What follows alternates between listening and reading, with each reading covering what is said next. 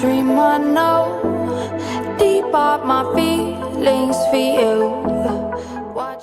My good people, now welcome back to Reality Latest Gist. Welcome back to your number one channel for latest news on politics and many other cuckoo with the sub for this our green country, so will be Nigeria.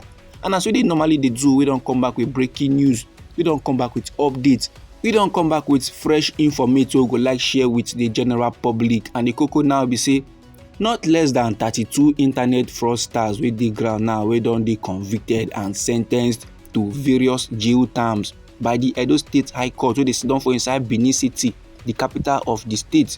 Today people now they receive this information so through the statement where the Economic and Financial Crimes Commission will be EFCC then drop. And for inside this statement, my good people, the anti-graft agency they let me they know say their Benin Zonal Directorate don't secure the convictions before Justice A.N. Ehabo and Justice W.I. Azegbehin. Now, according to the statements with the Economic and Financial Crimes Commission, will be EFCC then drop.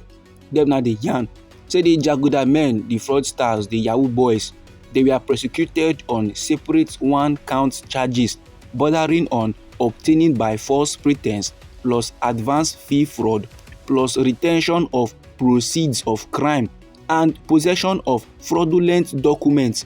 The statement still let men know say all of the 32 defendants, all of the Jaguda men where they arrest, they plead guilty to their respective charges.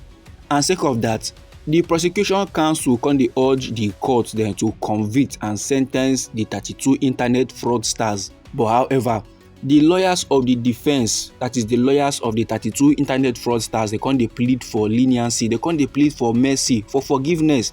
Them they yarn now say the convict, that is the 32 internet fraudsters, they don't show remorse.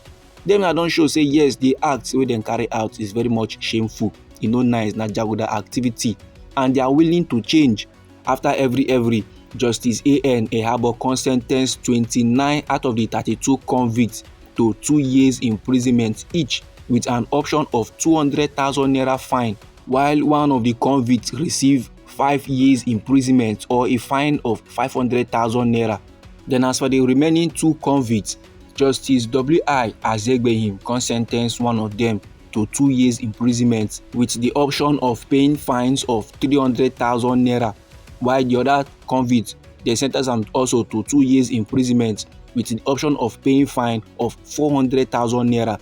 And also, the anti-graft agency, which is the Economic and Financial Crimes Commission, them still let men know say in addition to their sentence, all the convicts, all the internet fraudsters women arrest carry go court, then forfeit their phones, then forfeit their computers, and then also forfeit all the money wey dem find for their bank accounts. And that na sake of say the money so the Jaguda men use fraudulent means to carry am from their victims. Now all these items wey dem forfeit, all of them dey go straight to the federal government. They also sign undertaking to be of good behaviour from henceforth. That is, dem sign am for paper say dem no go do Jaguda activities again. They no go land themselves for inside court on this same count charge. And also, the commission, the agency which is the Economic and Financial Crimes Commission, then still let the general public they know say the convicts, so the 32 internet fraudsters wey dem gbab carry go court, all of them so were very much apprehended following credible intelligence that exposed their fraudulent internet activities. That is to say, them now they receive legit intel say these countrymen they do this Jaguda thing so, and last they come make arrest and they come confirm and say yes, these men are involved in fraudulent internet activities, something we men know very well for South nation Nigeria as Yahoo. The anti-graft agency now will be EFCC. They achieve a similar milestone when they arrest 120 suspected internet fraudsters from inside Lagos during a coordinated crackdown on cybercrime activities across Lagos State just recently for year. The agency now don't take am upon themselves to make sure say fraudulent activities no plaster again for inside we nation Nigeria. Them now they go around with nation to arrest men wey dey involved in cybercrime, to arrest those men wey dey involved in fraudulent activities, to arrest those men wey dey involved in Yahoo. Now my good people, anyhow this matter be you for body, or if you be say you get contributions, no let anybody or anything stop or intimidate you. feel free make you put down your comment inside our comment section. Meanwhile, me still get another report for table wey I still need share with the general public, and the koko now be say on Friday wey be the 30th day of May for this year, so wey be 2025, the Akoko Edo and O1 Alliance socio-cultural groups dem come outside now together come dey reject the unfair and inequitable dominance of Etsaco over Akoko Edo and O1 people as exemplified for inside the apparent zonal capture of access to the position of the Senate seat for the zone. And my good people, no forget say the members of this group, so the members of the Akoko Edo and O1 Alliance socio-cultural groups, them has been very much desirous. Them now don't get that mindset to convene a meeting of minds across the two neighboring federal constituencies of Akoko Edo and O1, and they be don also vow say when 2027 don finally reach, they go make sure say they unseat the incumbent Senator Adams Oshiomhole, man wey dey represent Edo North Senatorial District.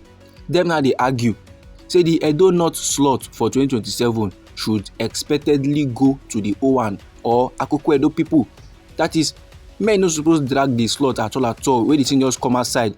Make the thing just go straight to either Akoko Edo or O1, and that na sake of say men for that side has been very much denied the senatorial seat severally, and since the year 1960 na only 15% representation na they don get for the Senate, and men now dey cry out say the challenges before them are not unconnected with the gross marginalization by the Etsaco people, which has brought about high underdevelopment to Akoko Edo and O1 people.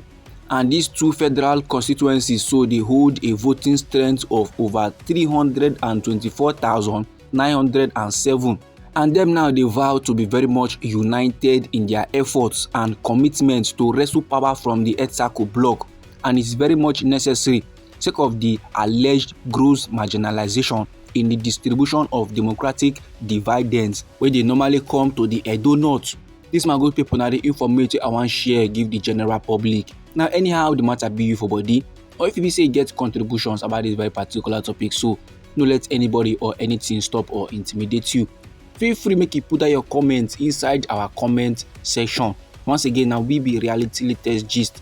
Now we dey like give una latest news on politics and many other koko wey dey sup for inside this our green white green country, so we be Nigeria.